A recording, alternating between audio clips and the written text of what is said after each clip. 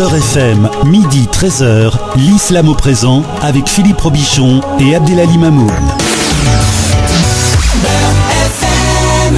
C'est l'islam au présent sur Beurre FM, nous sommes ensemble jusqu'à 13h. Bonjour Imam Abdelali. Oui, c'est à vous que je parle. Bonjour Philippe, bonjour à toutes et à tous. C'est difficile de faire plusieurs choses à la fois. J'étais en train de chercher mon stylo, c'est pour ça. C'est bien un stylo. Qu'est-ce qui vous arrive? Ouais, j'aime bien prendre des notes. Vous n'avez pas écrit votre édito encore, Imam Abdelali? Non, on prépare des idées qui viennent progressivement.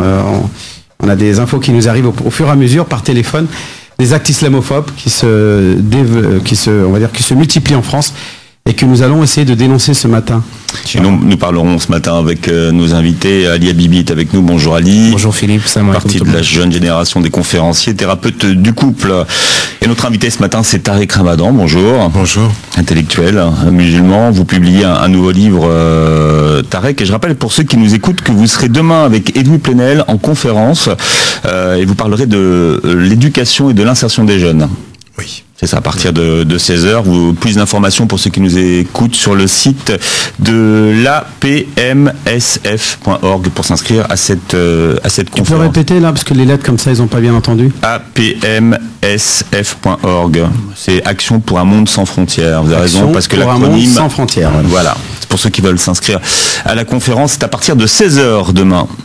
Tariq Ramadan, peut-on avoir une position nuancée ou intermédiaire quand la société vous demande d'avoir une position manichéenne de la situation? Ah oui, je pense que c'est vraiment le moment d'avoir une position qui soit nuancée.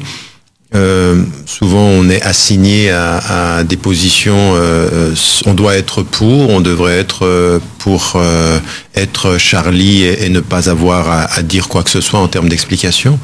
Il faut toujours nuancer. Maintenant, il faut aussi que celui qui nuance ou celle qui nuance fasse attention à la charge émotive de ceux à qui il s'adresse. C'est-à-dire, à des moments donnés, la nuance, elle est même pas audible par le fait que tout à coup, quelque chose de plus fort que la rationalité est là. Et je pense que parfois, nous ne faisons pas ça en psychologie élémentaire. On nous enseigne une chose, faire en sorte que ce que l'on dit ne soit pas simplement clair pour celui qui l'énonce, mais audible pour celui qui l'entend. Et parfois, les mouvements collectifs font que la nuance, elle n'est pas toujours claire.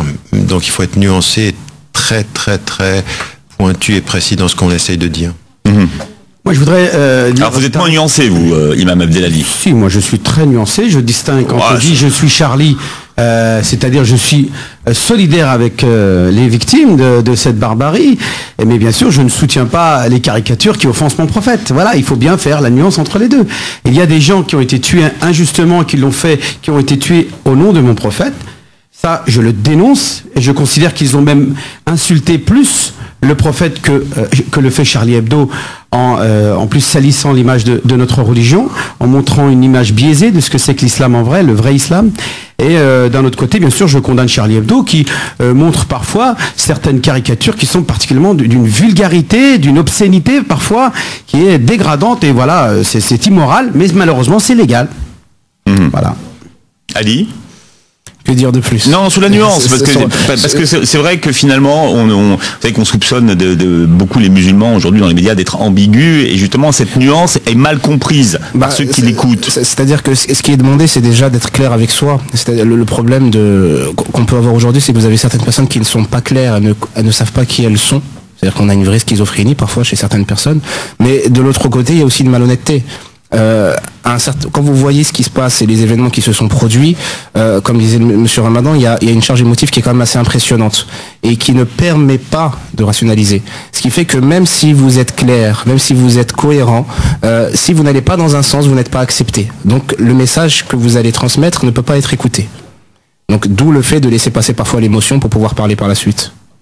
Vous tentez de clarifier les choses, Tariq Ramadan, dans votre nouveau livre qui s'appelle De l'islam et des musulmans aux éditions des Presses du Châtelet. Et là, vous avez changé de méthode pour clarifier les choses. C'est-à-dire que vous n'êtes pas parti du terrain, mais vous êtes parti de la base finalement. Pourquoi ? Non, parce que je pense que d'abord, les méthodes pédagogiques, quand on essaie de faire passer un message, il y a plusieurs angles et il faut voir par où on commence. Parfois, on passe du terrain. Moi, vous savez, dans beaucoup d'ouvrages... j'essaye toujours de faire comprendre à mon interlocuteur que je parle de l'intérieur, c'est-à-dire se recentrer sur la terminologie. Vous savez, pendant ces derniers jours, j'ai eu beaucoup, mais ça, en fait, c'est depuis pratiquement 30 ans, On a un travail à faire. Je pense que l'idée qu'il faut qu'on soit clair avec nous-mêmes, moi je suis tout à fait d'accord avec ça. Parce que je pense que notre responsabilité, c'est nous les premiers responsables. Du manque de clarté parfois dans la terminologie qu'on emploie, c'est-à-dire dans nos propres références, dans la propre organisation de nos valeurs, de la façon dont on les exprime. On ne peut pas, pendant des années, considérer que nos interlocuteurs sont les seuls responsables de la mauvaise audition du discours que l'on porte. Donc autocritique. Bien sûr, il faut que nous soyons autocritiques dans notre façon d'interpréter les textes et de rendre nos interprétations, c'est-à-dire la diversité des interprétations. Nous avons un vrai travail à faire. Et ce travail-là, vous savez, le travail d'autocritique nous situe immédiatement, en tant que musulmans, dans quelque chose qui est une notion centrale en islam, qui est celle du taklif, c'est-à-dire d'avoir à rendre compte en conscience d'un certain nombre de responsabilités qui sont les nôtres. Voilà, ça c'est la responsabilité, mais le taklif c'est encore plus religieux, c'est-à-dire au sens qu'à partir d'un moment où vous avez l'âge de raison, vous êtes dans un ordre où vous devez rendre compte. Et quand vous devez rendre compte, vous devenez un sujet. En fait, l'âge de raison, le moment où vous entrez dans la réponse au divin, est un moment où vous êtes un sujet. Et à laquelle vous allez entendre cette formule coranique qui dit « Chacun d'entre nous viendra seul devant Dieu ». C'est-à-dire que vous êtes un sujet, vous n'êtes pas une victime. Et un sujet dans une société, en particulier la société française, il connaît sa terminologie, il clarifie son propos et il se fait entendre. Et moi, je dis clairement, je ne suis pas Charlie et j'ajoute à la complexité. Et j'ai entendu, par exemple, hier, j'étais à Europe 1, une des personnes qui était présente vient vers moi et dit une chose très importante, une femme qui n'est pas musulmane, elle dit « Moi, je suis Charlie, mais je ne suis pas Charlie Hebdo ». Elle veut porter par là quelque chose d'extrêmement intéressant. J'ai trouvé la formule juste de son point de vue, c'est de dire, attendez, je suis avec ce mouvement de solidarité qui est le peuple français se lève, mais Charlie Hebdo, c'est pas ma tasse de thé. Ce qu'ils ont fait, ça n'est pas... Donc il faut que de ce point de vue-là, que nous trouvions les façons de clarifier notre propos. Alors, à votre place hier, nous avions un théologien qui a exposé la dimension théologique de l'islam sur la question de ces exactions et le mobile qui a motivé ces déséquilibrés à commettre ces atrocités. L'idéologue, le penseur musulman que vous êtes, quel message pouvez donner aux enfants, à nos jeunes, pour les immuniser de ces courants takfir, qui sont véritablement des idéologies mortifères, ravageuses, qui sont en train de se propager dans la communauté musulmane, à travers, oui, c'est ce qu'on appelle le jama'a takfir, à travers les idées telles que Tarot, Nuharib al-Kuffar, Tarot, Yu'adoun Allah wa Rasoul al-Falastiniyin, bien sûr, ils argumentent avec plein, ils essayent d'extrapoler et d'importer les conflits qu'il y a dans le monde où les musulmans sont souvent victimes pour justement justifier ces atrocités. Quel message Tariq Ramadan peut donner aujourd'hui à ces jeunes? Je ne sais pas comment vous me situez par rapport à la théologie et l'idéologie, je ne sais pas ce que ça veut dire. Pour moi, vous êtes un référent en idéologie et en pensée islamique. Et pensée surtout contemporaine et moderne. Mais ce qui est important, c'est de savoir comment... On discutera sur la référence. Ce qui est intéressant, Tariq, c'est de savoir comment vous vous situez par rapport à tout ça. Mais ce qui compte, c'est que vous l'êtes dans l'esprit de beaucoup de jeunes. Ça, c'est très très important. Non, mais bon, encore une fois, moi, je n'ai pas vocation à être représentant de qui que ce soit. Non, vous ne représentez pas, je parle de la référence idéologique, pas représenter les gens. C'est ça qui m'intéressait, c'est pour ça. Qu'est-ce que vous entendez par référence idéologique? Il n'est pas question de représenter qui que ce soit, ni moi je représente personne, mais il y a un éclairage à donner, à faire aux gens. D'accord. Si vous voulez, par rapport à ces questions-là, moi je me situe à... Je pense qu'il y a 3 types de réponses complémentaires à donner. La réponse strictement théologique, elle n'est pas suffisante, mais par contre elle est nécessaire. À savoir qu'à partir d'un certain moment, il faut qu'on dise clairement ce en quoi, dans l'islam, du point de vue théologique, du point de vue légal, du point de vue autant de l'aqida, c'est-à-dire la dimension de la foi, la dimension de l'essence même de notre appartenance à l'islam, et du point de vue du fiqh, c'est-à-dire du droit et de la jurisprudence, qu'est-ce qui fait qu'un discours est dans la diversité acceptée et qu'est-ce qui en sort? Et là, il faut qu'on ait quelque chose d'extrêmement clair parce que c'est pas nouveau. Cette dimension, c'est pas uniquement des takfiris.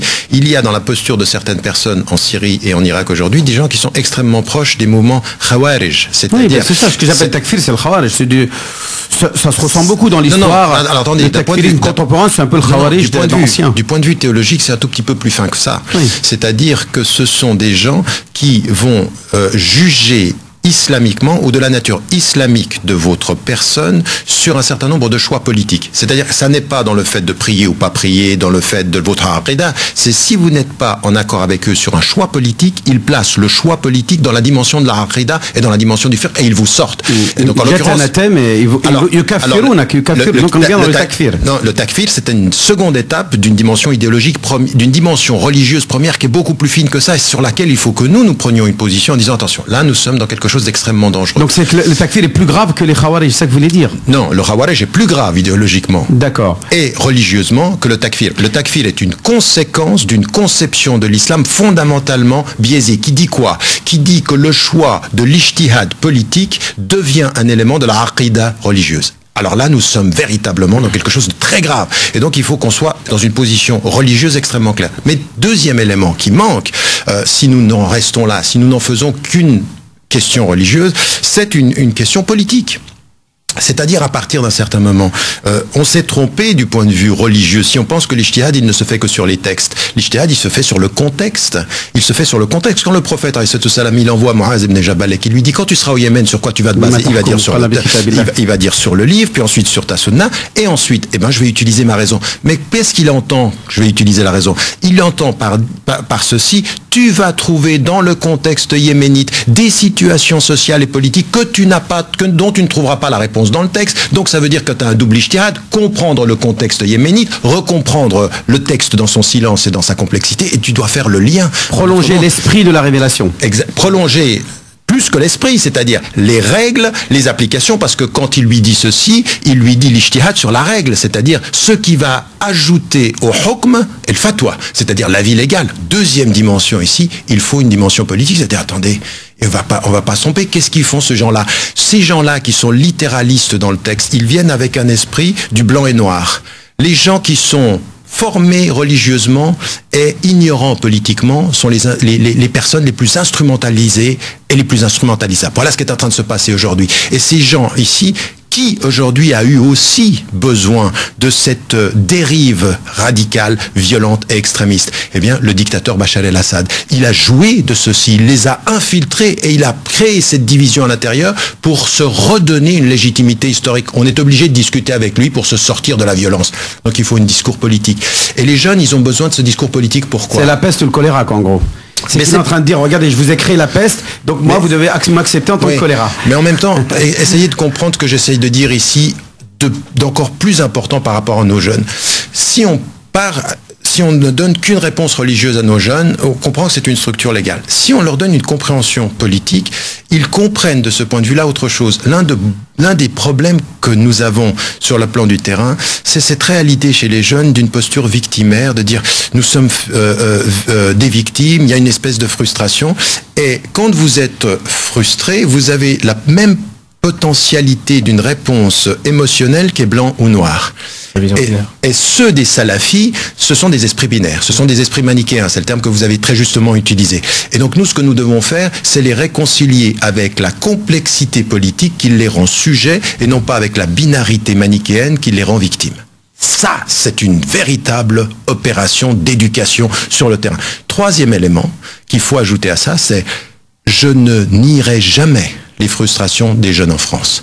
Mais je n'en ferai pas une question religieuse et je n'en ferai pas une question ethnique. J'en ferai une question sociale, une question éducative. J'aimerais un discours ici qui parte aussi d'une vraie réflexion. Et ça, les politiques vous refusent. Et voilà, exactement. Aujourd'hui, vous avez bien compris. Les politiques refusent d'aller sur ce terrain-là. Exactement. Ils ne veulent pas ils ne veulent pas qu'on fasse de la politique parce qu'ils sont en face aujourd'hui d'un vide idéologique en matière politique. Et donc, en l'occurrence, vaut mieux ethniciser, il vaut mieux suivre Marine Le Pen dans sa question, dans sa façon réductrice de poser les problèmes, parce que finalement vous évitez les vraies questions. Vous évitez les vraies questions qui sont aujourd'hui, vous parliez au départ de la multiplication des actes islamophobes, vous parliez en l'occurrence de tout ce à quoi, je veux dire, on a réussi à faire une marche qui était censée lever le... tout à coup vers quelque chose qui ne touchait qu'une seule communauté, et le Bibi, Benjamin Netanyahou, qui arrive et qui peut encore en France laisser entendre aux Français de confession juive que Israël est leur parti. Et tout le monde se tait. Mais dans quel pays vit-on? Alors c'est pour ça que je dis, écoutez, Moi, je suis de ceux, depuis 30 ans, qui dit aux Français de confession musulmane, la France, c'est votre pays. C'est là que vous allez construire et c'est là qu'il va vous falloir vous battre. Et il va falloir vous battre avec les armes de ce que moi j'appelle dans le livre le djihad social. C'est-à-dire la construction de votre autonomie, de votre référent. Mais j'ai envie que mes interlocuteurs français de confession juive ou de confession chrétienne tiennent le même discours, qu'on arrête le discours victimaire qui met une communauté contre les autres. Bien, Tariq Ramadan est notre invité ce matin jusqu'à 13h. La question que je vous pose ce matin, est-ce que vous avez l'impression qu'il y a une montée des actes islamophobes? Est-ce que vous vous sentez inquiet? 01 53 48 3000. Vous serez les bienvenus dans un instant.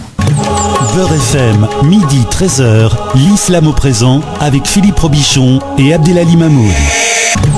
Beurre FM, midi 13h, l'islam au présent avec Philippe Robichon et Abdelali Mamoud.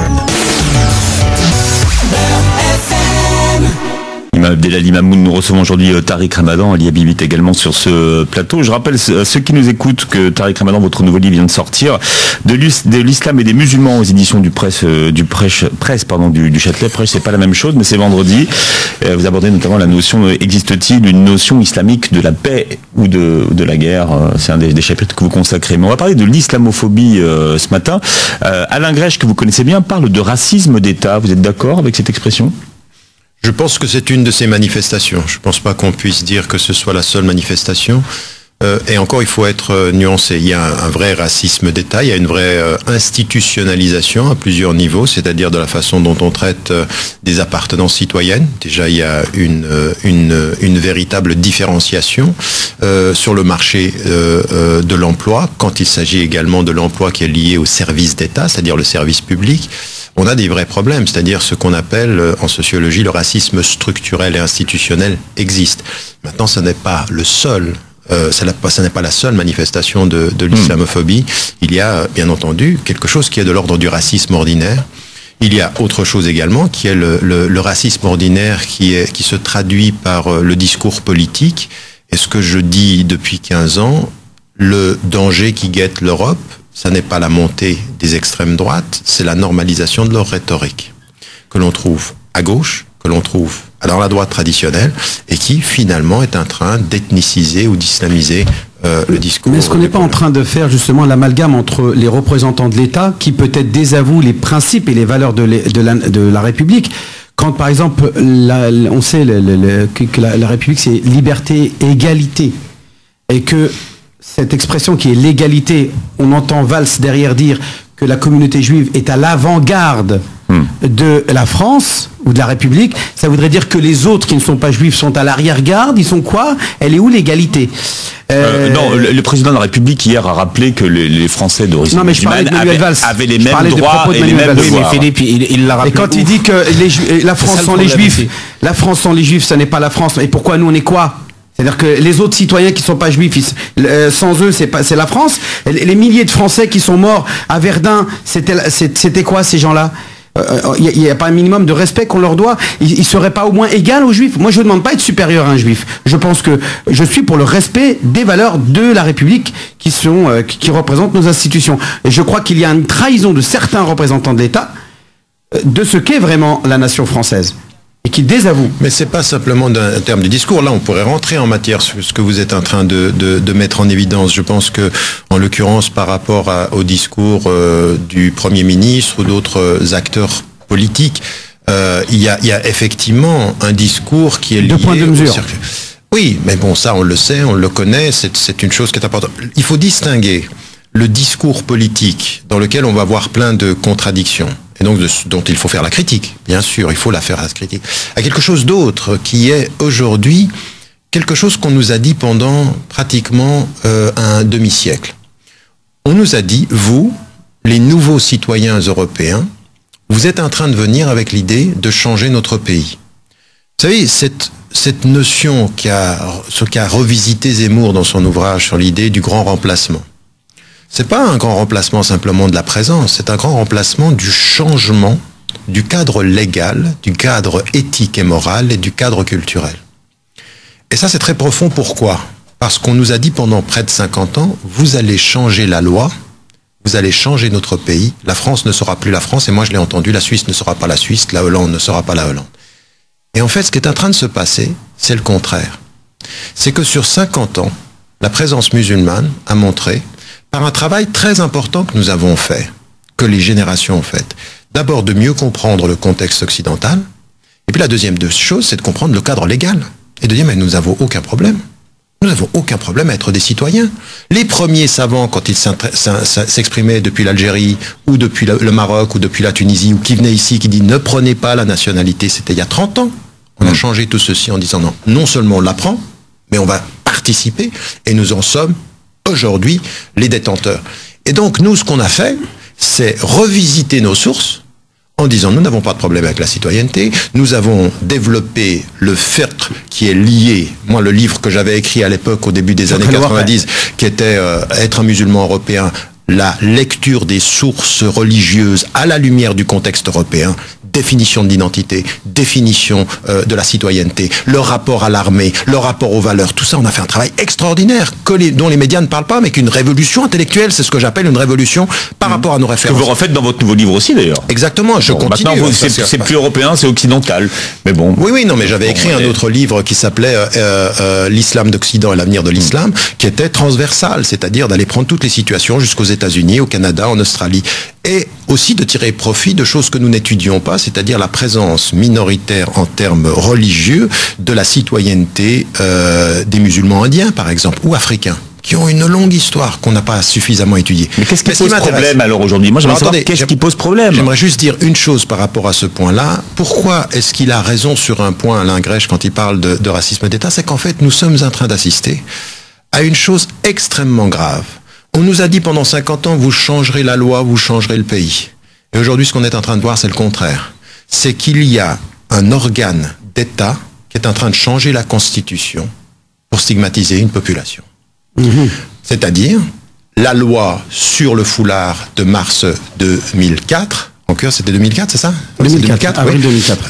Mars, je crois. Mais cette loi-là, elle est, en l'occurrence, une loi qui va changer la Constitution. C'est-à-dire que des élus du peuple décident de changer la Constitution. On nous a dit pendant 50 ans, vous allez changer la loi, et maintenant on change la loi pour exclure une partie de la population. Mais le mobile, c'est quoi? C'est pas la crainte, justement? Ils ont peur de nous? Ils ont peur de nous? Mais c'est pour ça que... Parce que certains aussi tiennent des propos, quand une personne à l'aéroport montre, il dit bientôt ce drapeau noir, là, de l'Aïl Ahmed, le fameux drapeau noir des djihadistes, il sera à l'Élysée. Est-ce que... Non, mais quelle est notre responsabilité à nous? C'est de distinguer. Il y a des musulmans aujourd'hui, ils parlent à leur peuple comme ils parlent à l'État. Et il y a des gens qui parlent à l'État comme s'ils parlaient au peuple. Mais il faut distinguer. Moi, franchement, si je suis un Français ordinaire, avec ce qu'on voit de l'islam aujourd'hui, si tu n'as pas peur, t'es pas normal. Avec ce qu'on te met sur la figure tous les jours, si t'as pas peur, tu te dis, mais t'es vis dans quelle planète? T'es sur Mars, t'es sur la Terre, ça fait peur. Donc sur la Terre, ça fait peur. En France, ça fait peur. En plus, on a des pyromanes qui ajoutent le huile. Exactement. Donc ça veut dire que nous avons à beaucoup respecter les ports populaires, à beaucoup écouter ce que les gens nous disent. Il faut beaucoup écouter ce que les gens nous disent, pourquoi ils ont peur, pourquoi à des moments donnés ils disaient, attendez, parce que moi par exemple, on est venu me dire, quand je suis intervenu à la télévision suisse, par rapport à Je suis Charlie ou pas, je l'ai dit le même jour, je viens en France, on me dit, là vous savez, ce que vous avez dit, de la façon dont vous l'avez dit, dans les 30 secondes où vous l'avez dit, c'était pas audible. Il faut écouter ce que les gens nous disent, parce que c'est pas audible. Ça veut dire que vous nous avez parlé, vous essayez d'atteindre notre esprit, et nous on réagit avec les motifs. Donc il faut écouter ceci. Maintenant il y a autre chose. Il faut être extrêmement vigilant par rapport à l'instrumentalisation politique des peurs. Les populistes, c'est ce qu'ils font. Ils jouent sur le sentiment victimaire et ils jouent sur les peurs. Et là, il faut parler aux politiques comme des politiques. Et de dire, par exemple, moi je viens d'un pays, la Suisse, où on a réussi à faire voter le peuple pour que des minarets ne soient pas construits. Et c'est entre dans la Constitution. Et moi, quand je parlais aux responsables du parti, je dis, mais vous vous rendez compte, vous m'avez dit à moi pendant 30 ans que moi je voulais changer la Constitution. Vous êtes en train de la changer, mais vous pensez que c'est moi la victime? Vous êtes le traître aux valeurs suisses. C'est vous qui trahissez les valeurs suisses, parce que vous les réduisez dans l'exclusivisme contre le caractère inclusif. La Suisse, elle était inclusive, vous la rendez étriquée. La France, elle est devenue étriquée avec ces lois-là qui sont en train de stigmatiser. Attendez, mais franchement, moi j'avais entendu un de vos responsables politiques dire, mais vous vous rendez compte de ce qu'on dit sur les cantines halal? On a l'impression que les politiques, et pas simplement Marine Le Pen, sont en train de nous dire, quand tu manges halal, c'est le début de la conversion. Tu vas devenir musulman. En train de contaminer mon esprit avec ça veut dire quoi ça? Ça veut dire qu'ils vont légiférer là-dessus. Oui. Quand on est en face d'une école, vous venez chercher votre enfant et on dit on veut pas voir ce foulard, mais où en sommes-nous? Ça, c'est du racisme d'État. Ça, c'est du racisme qui est légiféré. Et il y a beaucoup de responsables de ce point de vue-là qu'il faut véritablement mettre en face de leur responsabilité. À nous maintenant de savoir distinguer les ordres du discours. C'est du protectionnisme en fait. Parler au peuple idéologique. Parler au peuple dans le respect de leur peur. Parler aux politiques dans la critique de leur instrumentalisation. Ça, c'est notre responsabilité. Tariq Ramadan est notre invité jusqu'à 13h sur Beurre FM. Beurre FM, midi 13h, l'islam au présent avec Philippe Robichon et Abdelali Mamoun. Tariq Ramadan est notre invité aujourd'hui. Vous avez dit que vous étiez disponible pour faire avancer les choses, Tariq Ramadan. Mais alors, vous êtes disponible comment et comment est-ce que vous pouvez faire avancer les choses ? Non, je suis pas disponible pour faire avancer les choses, ou alors je me suis mal exprimé. Je fais partie d'un mouvement dans lequel j'essaie d'apporter modestement et avec l'humilité dans le temps une contribution à la réflexion. À la réflexion à la fois de l'intérieur des sources théologiques, à la compréhension des sociétés occidentales, mais aussi... Moi, j'ai beaucoup écrit ces derniers temps sur ce qui se passe au Moyen-Orient. Il faut vraiment qu'on ait une compréhension importante. Donc, c'est une compréhension, c'est une contribution à une réflexion sur les textes, à une réflexion sur le monde, et également à éviter les simplismes. Moi, le dernier livre qu'on avait fait avec Edgar Morin, ce que j'aimais beaucoup dans tout ce qu'il a apporté, c'est se renouer avec la complexité. C'est-à-dire, et le livre L'autre en nous, je le dédie au point-virgule. Je dédie ce livre au point-virgule parce que le point-virgule est dans la phrase, l'expression de la phrase complexe. C'est-à-dire que vous avez une phrase complexe à plusieurs propositions. Et donc il faut que nous nous réconcilions, il faut que nos jeunes, en l'occurrence, si on a une chose à faire, vous savez, il faut qu'on commence aussi par les choses simples. Nos jeunes qui subissent la société, il faut qu'ils comprennent que l'un des premiers éléments qui nous fait sortir du fait de la soumission à un ordre établi, c'est l'éducation qui affranchit et qui libère. Donc il faut véritablement pousser les jeunes et le savoir, comme disait Philippe hier, le savoir, la connaissance, le ma'rifa, qui permet justement d'émanciper la personne, de se sentir vraiment enraciné dans ses convictions, dans ses croyances, et en même temps que ça ne l'empêche pas, ça ne le frustre pas d'être en promiscuité avec le reste de la société qui ne pense pas comme elle, lui. Tout à fait, ça veut dire que vous êtes armé à pouvoir entrer en interaction et vous pouvez le faire. Ensuite aussi, même au niveau de l'intérieur, j'aimerais juste apporter une précision sur ce que je disais tout à l'heure, parce que la rapidité du propos pouvait peut-être donner l'impression que je confondais les deux. Je parlais par exemple des salafis, de ceux qui ont parfois un esprit binaire, nous sommes les musulmans et tous les autres ne le sont pas. Il faut qu'on fasse extrêmement attention à ne pas confondre. C'est-à-dire qu'il y a dans le salafisme, en fait, c'est faux. Il ne faut pas parler de salafisme de la façon dont on le traduit en termes. Dans les courants salafis, il faut garder le terme arabe salafi, qui est un qualificatif à un mouvement de pensée, parce que le salafisme parle d'une idéologie qui est devenue politique. Il y a du politique chez les salafis, mais leur politique, c'est de ne pas essayer de s'impliquer dans la politique, c'est de laisser l'ordre tel qu'il est et d'être très clair sur les règles. Et vous avez des gens aujourd'hui en France qui ont aucun problème avec la France parce qu'ils demandent à ce qu'on les laisse tranquilles. Ils vivent leur religion, ils prient, et puis ils sont très très très présents sur le plan social.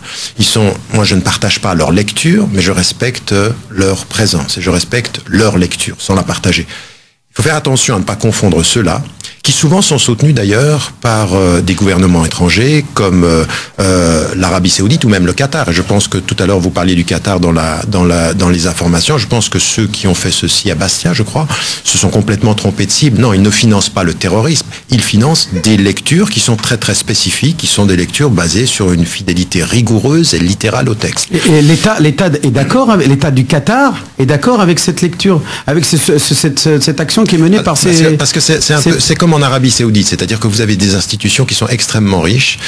Ça passe pas forcément par l'État, ça passe par des institutions qui donnent de l'argent ou des individus qui donnent de l'argent qui sont très très riches. Et donc là, on peut pas nier que ça existe partout. L'Arabie Saoudite le fait de la même façon. Donc l'État le fait et il le fait pour tous et des institutions le font.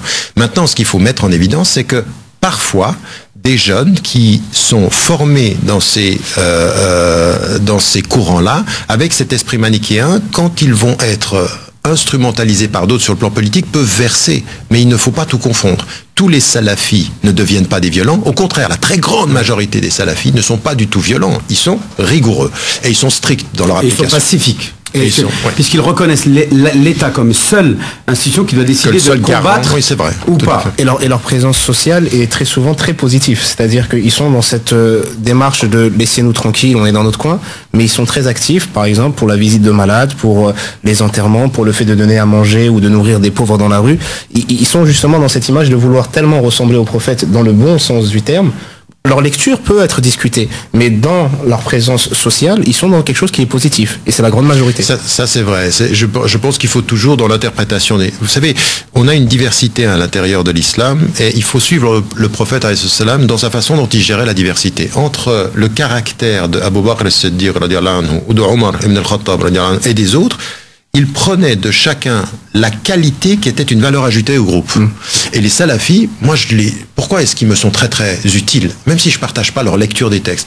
Parce que souvent, ils me disent, attention, la prégnance du contexte peut faire chez nous, faire diminuer la rigueur du texte. Donc revenons au texte. Ça passe un garde-fou. Exactement. Et donc il faut prendre des uns et des autres des qualités. De ce point de vue-là, c'est important. Mehdi nous attend au 01 53 48 3000. Bonjour Mehdi, bienvenue. Oui, allô? Oui Mehdi, on vous écoute. Oui, salam alaikum. Alaikum salam. Alaikum salam. Alaikum salam. Moi, j'ai préféré, je vous ai appelé parce qu'il y a beaucoup d'ambiguïté sur les musulmans. Et je suis très fier que Tariq Ramadan soit avec vous. Et que vous l'ayez invité parce que vous êtes un des seuls médias qui continue à l'inviter. Oh non, il était sur RMC, Europe 1, même BFM TV. Oui, quand je dis les médias, c'est la télévision. Non, même la télé, il passait parfois déjà. Alors, Mehdi, quelle est votre question à Tariq Ramadan? Moi, j'ai une question. Je suis entrepreneur. J'essaie d'appliquer ma religion en Europe, en France. Je condamne totalement les actes qui ont été effectués parce que nul n'a le droit d'enlever une vie et que si on tue une personne, c'est comme si on tuait l'humanité. Mais j'aurais voulu quand même qu'on dise que dessiner un prophète, c'est de la provocation indirectement. Puisqu'ils ont atteint quand même plus d'1 milliard de musulmans dans le monde. Et honnêtement, après les attentats qu'il y a eu, refaire encore cette caricature, c'est remettre du charbon sur le feu. Est-ce qu'il faut qu'ils fassent la différence, les gens? Alors, est-ce que vous avez une question, Mehdi, parce que il y a beaucoup d'appels. Je le sais, mais il y a une question qu'il faut que les Européens comprennent, qu'il faut faire la différence entre salafistes sunnites et takfirites. Il y a plusieurs mouvances, et tous les musulmans ne sont pas dans ces mouvances-là. On essaie de cohabiter avec tout le monde, on vit avec tout le monde, et les gens ne nous laissent pas pratiquer notre religion normalement. Si demain on aurait fait une caricature d'une personne de la communauté juive, avec leur histoire, serait monté dans tous les scandales. Alors Mehdi, en quoi par exemple est-ce qu'on vous empêche de pratiquer votre religion en France? Dans quoi? C'est que dès l'instant où on nous insulte indirectement par des caricatures de la personne la plus sacrée au monde, qui est même la plus sacrée que mes propres parents, et que l'État ne leur dise rien. Si demain, moi ou qui que ce soit fait une caricature d'un homme juif violemment, d'un rabbin ou d'une personne dans la religion, on allait nous condamner fermement. C'est ça que je demande à ce que l'État fasse la part des choses. Mehdi, parce qu'il y a beaucoup d'appels, Mehdi. Est-ce que je peux simplement... J'aimerais réagir à ce que vous dites avec... il n'y a pas vraiment de question dans votre propos, mais peut-être un avis, une réaction à ce que vous dites. Vous savez, moi je vais vous dire une chose. C'est pas une provocation indirecte, c'est une provocation directe. C'est le but de Charlie Hebdo, c'est de vous provoquer. Et quand en 1900, il y a au moment de l'affaire des caricatures au Danemark, moi j'étais au Danemark avec les associations musulmanes, et j'avais vu les journalistes de l'intérieur du journal qui avaient lancé les caricatures, et l'un d'eux avait dit, moi je me suis opposé parce que c'était clairement une provocation. Donc il vous provoque. Maintenant vous devez vous poser la question de savoir, si vous suivez les traces du prophète et que vous comprenez cette formule coranique qui dit il y a dans l'exemple du prophète pour vous, dans le prophète, le meilleur des exemples pour vous.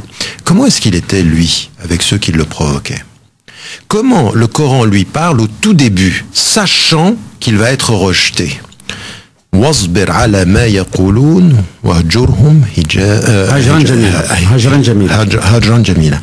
واصبر على ما يقولون. Sois patient par rapport à ce qu'ils disent. واهجرهم هجرا جميلا. Et exile-toi, mais attention, il ne dit pas exile-toi, exile-toi toi d'un bel exil. C'est-à-dire, il faut ajouter à la distance l'esthétique.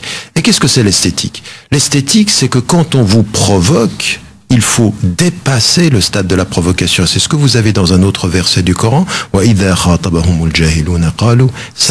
Quand on va vous interpeller comme des ignorants parce que les gens ne connaissent même pas l'islam, et va vous passer un stade au-dessus et vous dites salam. Comme le prophète salam, on lui jetait des ordures. Il y a une femme qui lui mettait des ordures. Il n'a jamais répondu immédiatement. Il faisait comprendre à une chose: la personne que vous attaquez ne sera pas celle qui va vous répondre. Celle qui vous répond répond de là où elle est, non pas de là où vous la voyez. C'est ça notre attitude aujourd'hui. Donc vous êtes dans une société qui va vous provoquer un peu de hauteur, un peu de grandeur, un peu de dignité, un peu de sagesse. Et je vais vous dire une chose, quand quelqu'un vous insulte et que vous réagissez à la provocation, il gagne. Quelqu'un qui vous insulte et vous dépassez sa provocation, il se fatigue. Et dans sa fatigue, il y a son échec. Donc laissons-les se fatiguer à le faire plutôt que de réagir un peu stupidement à leur provocation. Ça va donner de l'importance. De la valeur. Merci Mehdi pour votre appel. Ali. Oui, et juste une double critique que je pourrais avoir par rapport aux événements, c'est d'un côté on peut critiquer les caricatures qui sont faites et justement les insultes et la provocation qui est la leur, mais en même temps ceux qui vont manifester et qui vont dire on n'est pas content parce qu'on a insulté notre prophète, la plupart d'entre eux malheureusement ne connaissent même pas leur prophète. C'est-à-dire que, et c'est là où on rejoint sur l'émotion, le fait de connaître réellement qui est le personnage nous permet de connaître justement ce que vient de dire M. Ramadan et de dépasser tout ça. On reparle de connaissance, une fois de plus. J'aimerais qu'on revienne sur l'islamophobie et aujourd'hui comment faire face à cette islamophobie. Techniquement, quelle doit être la réaction des musulmans? À mon avis, elle est de trois natures. Elle est, si vous voulez, de trois dimensions. La première, c'est que nous sommes dans un ordre de droit. Et ceux qui disent aujourd'hui que la liberté d'expression est absolue ne connaissent pas le droit français. Il y a des limites. D'ailleurs, c'est un des seuls pays au monde où vous avez une loi Guesso, qui est une loi complètement stupide, qui est en train de dire qu'il y a une loi sur l'histoire. C'est-à-dire que vous ne pouvez même pas revisiter l'histoire, parce que si vous revisitez l'histoire, vous allez à l'encontre de la loi. C'est vraiment... moi, j'ai plein d'amis en Angleterre, aux États-Unis, partout dans le monde, qui disent, mais comme depuis quand est-ce qu'on fait des lois sur l'histoire, sur l'interprétation de l'histoire? Par exemple, le négationnisme. Exactement. Allusion au négationnisme. Je veux dire, à la limite, il faut s'opposer au négationnisme, mais en faire une loi, c'est excessif. Mais par contre, ce que l'on sait, c'est que sur le plan du racisme, sur le plan de l'attaque sur les personnes, il y a des lois dans ce pays. Donc, à partir d'un certain moment, ce que font un certain nombre d'organisations, je suis très proche du CCIF et d'autres organisations, ils ont raison, de ce point de vue-là, de mettre clairement, on ne se laissera pas faire. Et moi, je me souviens de Cat Stevens. Cat Stevens est un Britannique qui s'est converti à l'islam, c'est une grande figure de la pop musique, il y est revenu maintenant, et un jour je discutais avec lui, et il avait été attaqué par un journal qui disait « vous êtes un terroriste », parce qu'à l'époque il s'habillait en afghan, et lui il a dit « attendez, entre vous et moi je suis britannique autant que vous, la loi va parler ». Il a gagné. Il a pris tout l'argent, il l'a donné à la solidarité, pour dire je ne me laisserai pas faire. Parce qu'il a été calomnié, donc il a été calomnié, condamné pour calomnie. Et il a gagné. Diffamation. Et donc je pense que le droit est la première des réponses. La deuxième des réponses, c'est de faire attention à ce que nous ne soyons pas simplement protégés par le droit, mais que nous ayons une attitude proactive. C'est-à-dire que le racisme dans une société disparaît comment? Quand on normalise notre présence. Et ce que j'ai toujours dit aux musulmans, c'est normaliser votre présence sans la banaliser. Soyez là où vous êtes une valeur ajoutée. Et il y a une chose qui est très très importante. Mais normaliser, qu'est-ce que vous entendez par là C'est-à-dire être présent. En fait, c'est ce qui est en train de se passer maintenant. C'est-à-dire, on sort du ghetto social, on sort du ghetto intellectuel, on est partout, on est dans tous les corps de métier, on est là. Il faut que cette présence-là. Parce que moi, combien de fois j'ai entendu quand je faisais du foot, quand j'étais jeune, elle me dit, toi t'es sympa, mais alors les autres? Elle dit, ben, il faut des millions de sympas.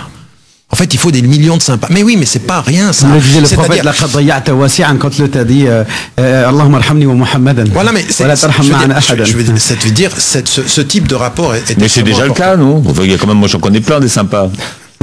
Ben il faut, oui, non, mais vous êtes dans une, vous êtes oui, pas, je suis désolé, je suis désolé, je vois trop de sympa. Vous êtes pas l'exemple, moi je parle des autres. J'aimerais juste vous dire une chose. Où voit-on le plus l'expression du racisme en France aujourd'hui? Dans les zones périurbaines. en fait, là où les musulmans ne sont pas. Ouais. En fait, et c'est même là les où ils ne actes sont pas islamophobes. que la peur monte. Parce que qu'est-ce qui parle à ces gens-là? C'est pas le voisin, c'est la télévision qui fait peur. Donc il faut ce travail de proximité. Il faut qu'on sorte. En fait, c'est ce que je dis. Il y a certains leaders musulmans ou références musulmanes en France qui disent disparaissez, devenez invisibles. Moi, je dis le contraire. Soyez positivement visibles plutôt que craintivement invisible. Non, parce que l'ignorance, comme dit l'expression, tu es l'ennemi de ce que tu ignores. Et plus on nous ignorera, c'est-à-dire on ne connaîtra pas, et plus on nous craindra. Mais c'est pour ça que on a toujours peur du noir, de l'obscurité. Mais moi, je parle pas d'eux. Je parle de nous, de ce nouveau nous dont je parle, qui est celui de comment on interagit avec les autres. Et il y a un troisième élément, puisque je disais qu'il y en avait trois. C'est une chose qui est très importante sur laquelle nous n'insistons pas assez. Nous avons toujours moins peur de celui dont on sait qu'il participe de notre avenir et qu'il partage nos espérances. Et c'est très simple. C'est ce que je disais par exemple dans la question du foot ou de la culture. Quand vous avez un élément qui est perçu comme étranger, mais qui est une valeur ajoutée à là où nous allons ensemble, eh ben on cesse de lui demander d'où il vient. Mais c'est où on va ensemble. Et le discours musulman, il doit être aujourd'hui un discours qui est moins focalisé sur l'islam, mais beaucoup plus focalisé sur notre avenir commun. C'est-à-dire qu'est-ce que l'on défend ensemble comme valeur. Nous, on est un train. Chaque fois qu'on intervient, c'est sur l'islam, nous les musulmans. Et puis, en fait, le discours autour de nous, il nous y amène. Et nous, on tombe dedans. Oui. On parle pas d'éducation, on parle pas d'économie, on parle pas d'environnement. On est où dans ce discours-là? Mais qui doit le porter, ce discours? Tous les citoyennes et les citoyens. Je vais vous dire une chose. Est-ce qu'on doit l'organiser, ce discours? Parce que, effectivement, alors, ça, c'est une vraie question. La question se pose. Vous avez parfaitement raison. Je pense qu'il y a deux choses. Il faut qu'il soit informellement présent, mais il faut l'institutionnaliser. Il nous faut des institutions. Et moi, c'est ce que j'appelais dans Les musulmans d'Occident, l'avenir de l'islam. Je disais le troisième âge de notre présence. Que ce sont des institutions qui ne soient pas des institutions qui sont liées à nos pays d'origine, ça maintenant on a dépassé, qui ne soient pas simplement des mosquées, c'est-à-dire la structure religieuse, mais qui soient des institutions autour de projets. C'est-à-dire par exemple, quand je parlais dans le livre, je parle du djihad social. C'est-à-dire une vraie présence de contribution. Quand les gens vous entendent, ils disent, attends, un djihad social, voilà une contribution avec une consonance musulmane à un combat qu'on comprend tous. Un djihad social.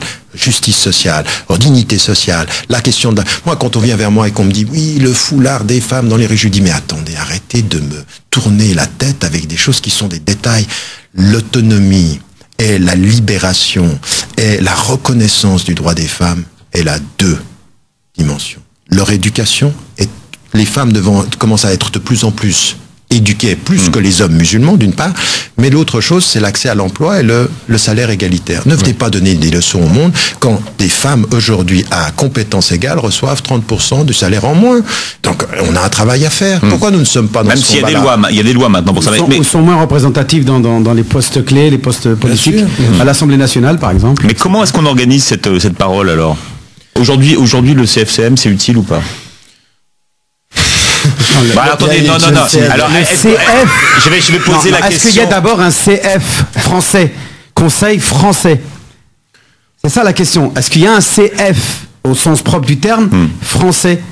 Quand on sait que le CFCM est composé d'autorités, ça se passe dans les consulats, Mosquée de Paris, sous-traitance de l'Algérie, le RMF est marocain, la FAYECA est africaine, le DITIB turc est turc, etc. C'est ça la FAYECA aujourd'hui. Moi, je suis pas pour le blanc et noir, même sur ces questions-là. C'est-à-dire, vous posez la question. Bon. Moi, depuis le départ, j'ai été critique. Alors, comment faire pour que ça fonctionne mieux, alors, on va dire? Parce que, si vous voulez, c'est un instrument qui a été pensé par les politiques. On sait que Chevènement, il était clair dans son propos. C'est créer une institution que l'on peut contrôler d'une certaine façon. Et puis, quand Sarkozy poursuit en disant, il n'y a pas besoin de démocratie dans cette structure-là, il est en train de dire, il faut qu'on contrôle. Et quand, avant les élections pour le président du CFCM, on vous annonce que le prochain sera marocain, ça c'était avant les élections parce qu'il faut, parce que ça va mal avec l'Algérie, on dit, arrêtez de nous prendre pour des guignols. Vous parlez de l'islam de France et vous discutez de l'origine du prochain président. Ça va pas le faire. Donc, après, il y a eu des choses quand même qui sont intéressantes. C'est-à-dire que du CFCM, il y a eu les réalités du comment c'est sur le plan régional? CRCM, voilà, exactement. Conseil régional du culte musulman. Voilà, et là, on a vu des choses qui étaient intéressantes, c'est-à-dire des gens qui sont sortis un tout petit peu de ce cadre-là. On l'a vu dans différentes régions de France. Donc, ça prouve que, en fait, de quelque chose qui n'est pas forcément positif ni juste, parfois, on peut avoir des conséquences dont il faut tirer des enseignements. Maintenant, à mon sens, il faut avoir toute la philosophie de cette question de la représentation des musulmans en France. Et je l'ai toujours dit, moi ça fait 30 ans que je dis, il faut que ce soit quelque chose qui parte de la base et qui aille vers le haut. C'est-à-dire que moi je préfère de la structure représentative régionale que immédiatement imaginer qu'on va avoir quelqu'un au niveau national. Et là, il faut que les musulmans se prennent en charge. Encore une fois, rappelez-vous toujours ce que disait Benabi. Il disait sur le plan de la colonisation, nous avons été colonisés parce que nous étions colonisables. Les musulmans de France sont divisés. Et on joue sur la division parce qu'ils sont divisables en mauvais français, c'est vrai ça. Mais la distinction entre justement avec le CRCM qui a quand même fait des bonnes choses n'est pas due au fait justement qu'il soit sur le terrain et beaucoup plus proche des fidèles. Tout à fait. Et c'est pour ça que alors je que dis les autres sont plus proches des politiques que des fidèles. Exactement. C'est pour ça que je dis oui. Puis en même temps, l'enjeu national est différent. Vous voyez, vous savez que la France est encore sous cette, au-delà des musulmans, sous cette idée de Paris et de la province qui est la périphérie. Nous, il faut qu'on rentre dans une autre logique. Pourquoi ? Parce que pratiquement 90% des décisions politiques qui vont nous concerner sont au niveau régional, ne sont pas au niveau national. Après, il y a les questions du foulard, des choses sur la loi en général, mais les vraies questions sur les mosquées, sur les accompagnements, c'est au niveau local qu'il faut le faire. Donc il faut qu'on s'organise. Mais là, à un moment donné, il faut qu'on prenne nos responsabilités. Quels sont ceux sur le terrain qui sortent de ces clivages, de ces divisions nationales, qui font un vrai travail d'empathie, un vrai travail de proactivité entre les... Je veux dire, moi, à des moments donnés, je parle... Attendez, ça fait 30 ans que je parle à des publics, quand je viens, je vois pas un noir. Je vois pas l'Afrique occidentale. Où ils sont les Sénégalais, où ils sont les Ivoiriens, où ils sont les Maliens. Ils sont français, donc je dis d'origine, hein, ils sont français, mais ils ont l'impression qu'ils trouvent pas la place dans l'islam maghrébin. Et puis vous avez ensuite des gens qui se sont convertis à l'islam. Et puis qui se disent, ben voilà, pour que je rentre dans cette communauté, il faut que je m'arabise. Je veux dire qu'on prenne les travers de nos cultures d'origine, oui, dans notre mauvaise relation avec le temps. Ça aussi, il faut le contester, il faut donner la place à tous. Et là, on a un vrai travail. Donc, quand vous dites comment faire très pratiquement, c'est vraiment des espaces qui sont plus institutionnalisés, des espaces de dialogue que nous devons créer et promouvoir. Est-ce que c'est important que les politiques s'approprient le mot islamophobie ?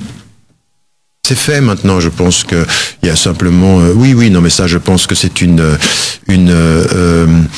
péripétie historique, c'est-à-dire il le contourne, et puis ensuite il y a eu Valls qui reprenait les propos de Caroline Fourest sur cette question-là, et je pense qu'il y a suffisamment d'études sur le plan international et sur le plan même français pour mettre en évidence que ce terme a une signification, qu'il a une pertinence, et puis ça viendra. Maintenant, si ils sont prêts à parler de racisme anti-musulman, soit, allons-y. Je crois que c'est plutôt de ça dont ils sont prêts pour l'instant. Ça me va aussi. Je pense que c'est un détail, ça. Ce qui compte, c'est important, c'est qu'aujourd'hui, il y a des actions qui soient menées par le gouvernement pour protéger les musulmans, pour protéger les cultes, les lieux de culte musulmans. 4500 policiers qui ont été mobilisés avec un préfet réservé pour la communauté juive de France. C'est bien, ok, mais et nous, c'est nous qui sommes aujourd'hui victimes, qui sommes... Donc vous appelez aujourd'hui à ce qu'on mobilise aussi les... Non, pas 4500, mais qu'on fasse, qu'on mette au moins symboliquement quelque chose, qu'au moins déjà une présence. Quand une mosquée a été profanée, qu'on ait Mitterrand, il est mort celui-là. Ça va bien. Hollande, parlez d'Hollande. C'est vrai que c'est un lapsus révélateur. C'est les François qui vous... Les François, il y en a plein. Non, je veux dire Valls ou un ministre, etc., qui vient dénoncer l'acte islamophobe. Parce qu'aujourd'hui, l'islamophobie est un petit peu en train de se banaliser. Il y a quelque chose à faire. Bien, Tariq Ramadan, je rappelle que votre nouveau livre vient de sortir, de l'islam et des musulmans aux éditions des Presses du Châtelet. Je rappelle que demain, pour ceux qui veulent venir assister à la conférence, il reste des places. C'est à partir de 16h et vous êtes avec Edoui Plenel à l'invitation d'une association, l'association pour le monde sans frontières, et vous avez toutes les informations si vous voulez participer à la conférence sur leur site. Merci d'avoir été avec nous ce matin. Merci à vous de votre invitation. Beurre FM, midi 13h, l'islam au présent avec Philippe Robichon et Abdelali Mamoud.